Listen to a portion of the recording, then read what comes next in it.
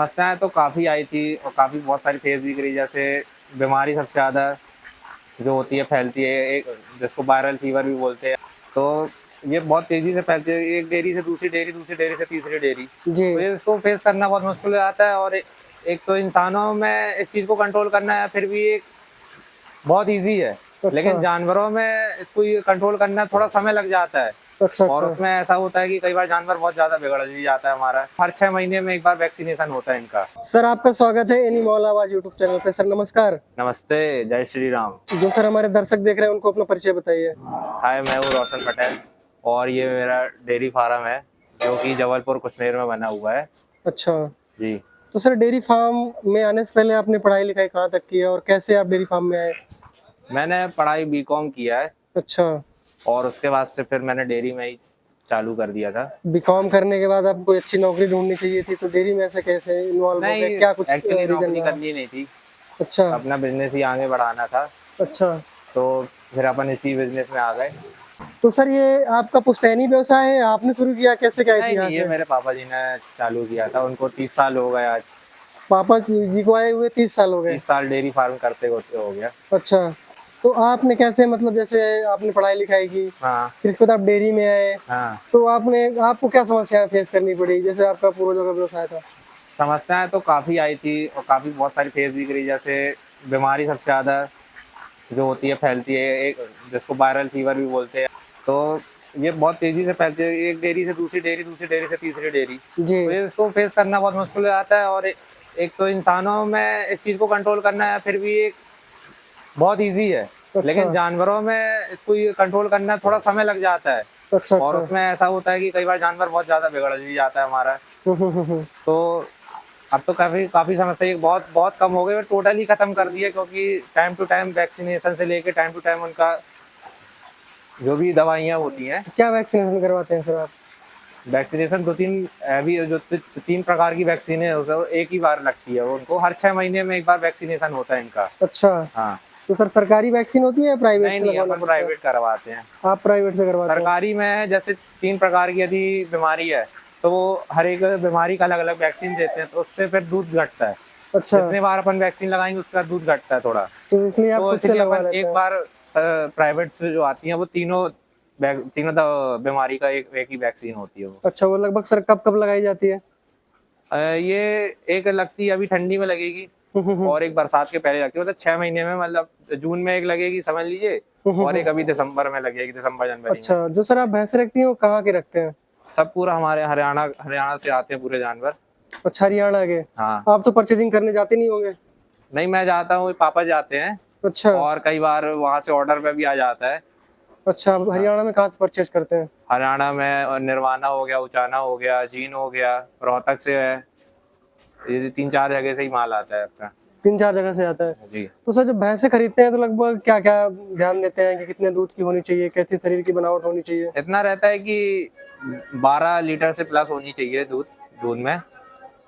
अच्छा, 12 जानवर litre plus होनी 12 चाहिए। लीटर प्लस होनी चाहिए। अच्छा। मैं ये नहीं कहता कि मेरे को बहुत ज्यादा चाहिए, कि मेरे को 20 प्लस वाली चाहिए, 20 लीटर प्लस में। जी। नहीं, मेरे को 12 प्लस से होनी चाहिए बस। अच्छा, हाँ, 12 प्लस होनी चाहिए। 12 प्लस होनी चाहिए। और भैंस कौन सी ब्यात की खरीदते हैं आप? भैंस मैं कोशिश करता हूँ कि मेरे को पहले भी मिल जाए तो भी बहुत अच्छी बात है, अच्छा, लेकिन मैं चौथे ब्याज से ऊपर नहीं जाता हूँ। अच्छा। पहले दूसरे तीसरे तक पहले की दूसरे भैंस खरीद तीसरे और लेते हैं। चौथे बहुत ज्यादा बस। हाँ, फिर चौथी लेना बूढ़ी भैंस ला के कोई मतलब हाँ, नहीं कोई है। मतलब नहीं है, क्योंकि हम लोग यहाँ पालने सेवा करने के लिए आए हैं। अच्छा, तो लगभग किस प्राइस रेंज की भैंस खरीदते हैं आप? कितनी कीमत होनी चाहिए भैंसों की? अभी तो देखिए, और सीजन के हिसाब से प्राइस अलग वो बढ़ते चढ़ते रहते हैं, तो इसमें अपन जैसे कुछ अगर हम नहीं कर राउंड सकते। फिगर प्राइस लें तो लगभग किस प्राइस खरीदते हैं? राउंड फिगर 125, 140 ऐसा चल, 1.5 लाख रुपए ऐसे चल रही है अभी। स्टार्टिंग प्राइस लाख से लेकर 1.5 लाख? हाँ, 1-10, 1-15, 1 लाख, 1-10-15 हजार से लेके 1.5 लाख रुपए तक की चल रही है। 1.5 लाख रुपए इस तक हाँ। की। तो अभी अपने पास सर कितने एनिमल हो गए हैं? अपने पास अभी 100 प्लस एनिमल्स हैं। 100 प्लस एनिमल्स। जी। कितने मिल्क का प्रोडक्शन हो रहा है टोटल एनिमल्स में? अभी हमारे पास 700 लीटर का हो रहा है। 700। भैंसे कितनी दूध दे रही हैं? वैसे अभी मिल्किंग पीरियड में 60 चल रही है, 60-65 चल रही है। 60-65 इतनी? जी। अच्छा जी। बुल भी रख रखा है जैसे मैं देख पा रहा हूँ। हाँ, बुल है। देख लेते हैं बुल। तो इस बुल का सर क्या रिकॉर्ड, थोड़ा बुल की रिकॉर्ड के बारे में बात कर लेते हैं। इस बुल का रिकॉर्ड ये है कि ये बहुत पुरानी नस्ल है। हमारे पास इसको आज समझ लीजिए 7 साल हो गए ये इसको। बुल को, हाँ मतलब इसी बुल को? हाँ, इसी बॉल को 7 साल हो गए, ये 7 साल का है ये जो यंग तो बहुत दिख रहा है हमें। हाँ यंग दिख रहा है बुल हाँ, तो पूरा। 7 साल का हो गया तो 2-3 साल में तो ये चालू नहीं होते हैं। फिर अभी 3-4 साल इसको सर्विस को हुए हैं इसकी। अच्छा, 4 साल सर्विस को हाँ, हुए। 3-3.5 साल हो गए। एक ही बुल पूरे फार्म को संभाल लेता है?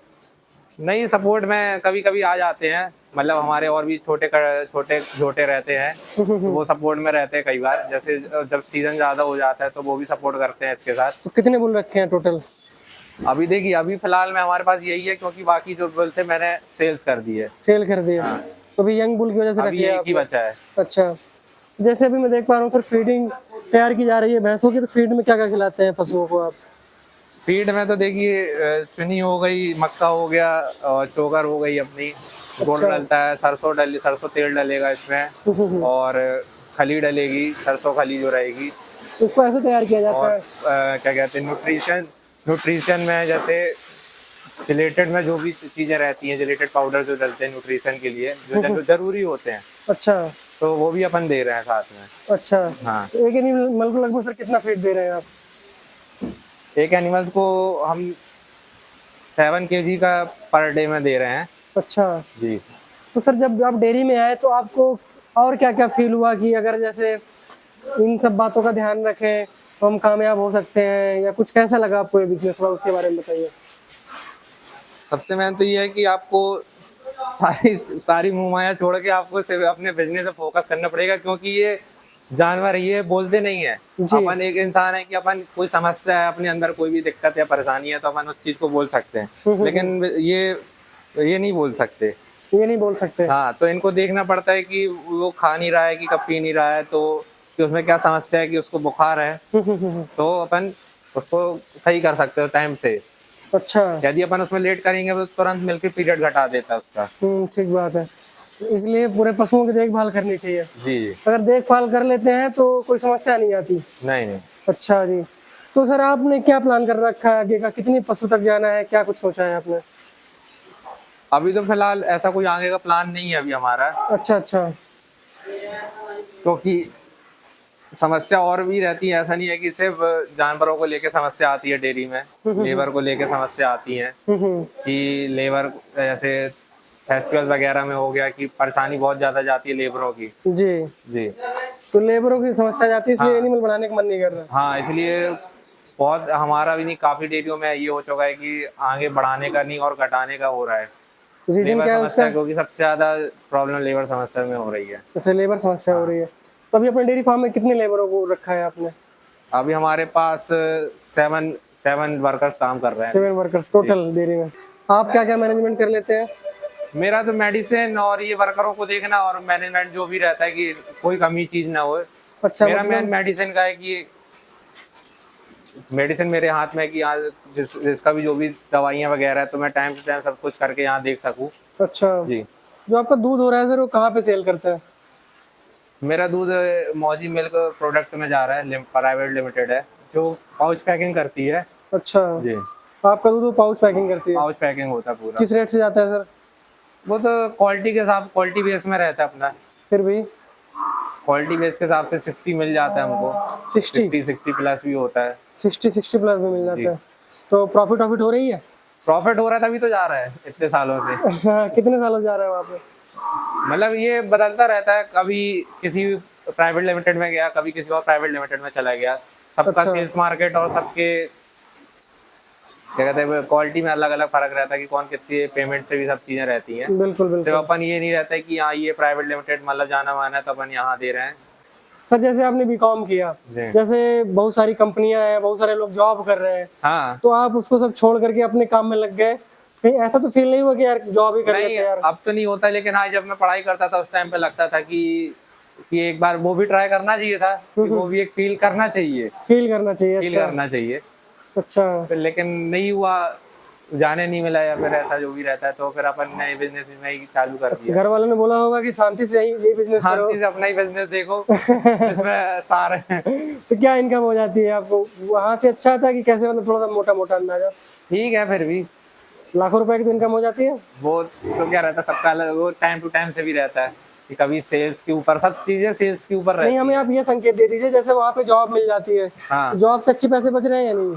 जॉब से तो अच्छे बच रहे हैं, तभी जॉब तो से- बिजनेस बिजनेस होता है और नौकरी होती मतलब है। जॉब से बहुत अच्छे बच रहे हैं। जी बोल दीजिए, ये तो बोल ही सकते हैं। हाँ, ये तो बोल ही सकते हैं। हाँ, जॉब से बहुत अच्छा कहलाती है, बच रहा है। बिजनेस कहलाता है। बिल्कुल बिल्कुल, कोई बात नहीं, आप मेन जो इनका है वो मत बताइए।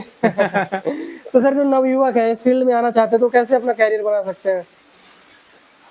धीरे धीरे स्टार्टिंग कर सकते हैं, 10 भैंसों से, 15-20 भैंसों से स्टार्ट कर सकते हैं, और धीरे धीरे और भी मतलब जो पुराने डेयरी फार्म है उनसे सलाह ले लेके और भी मतलब अपनी चीजें सही कर सकते हैं।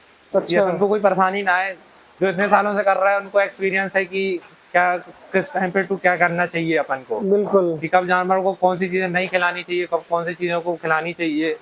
तो ये एक्सपीरियंस लोगों से भी सलाह लेके, ऐसा नहीं कि अपन ने नया तो अपन ने सीधे डाल दिया और उसमें क्या होता है, लॉस में हो जाते हैं और फिर वो बिजनेस बंद कर देते हैं। सही बात है। इसलिए अगर आप पूरा देखभाल करेंगे, जो डेयरी पैलेस कर रहे हैं उनसे पूरी जानकारी लेते रहेंगे तो समस्याएं नहीं आएंगी। जी जी बिल्कुल। ठीक है सर, धन्यवाद जो आपने समय निकाल के एनिमल आवाज यूट्यूब चैनल के माध्यम से अपना अनुभव बताया। जी बिल्कुल, मोस्ट वेलकम आपका। जय श्री राम। जय श्री राम। किसान भाइयों और बहनों, पशुपालन क्षेत्र में अपनी उन्नति को मजबूत बनाएं। एनिमल आवाज के साथ जुड़ जाएं। हमारे चैनल को सब्सक्राइब करें और बेल आइकन को दबाना ना भूलें।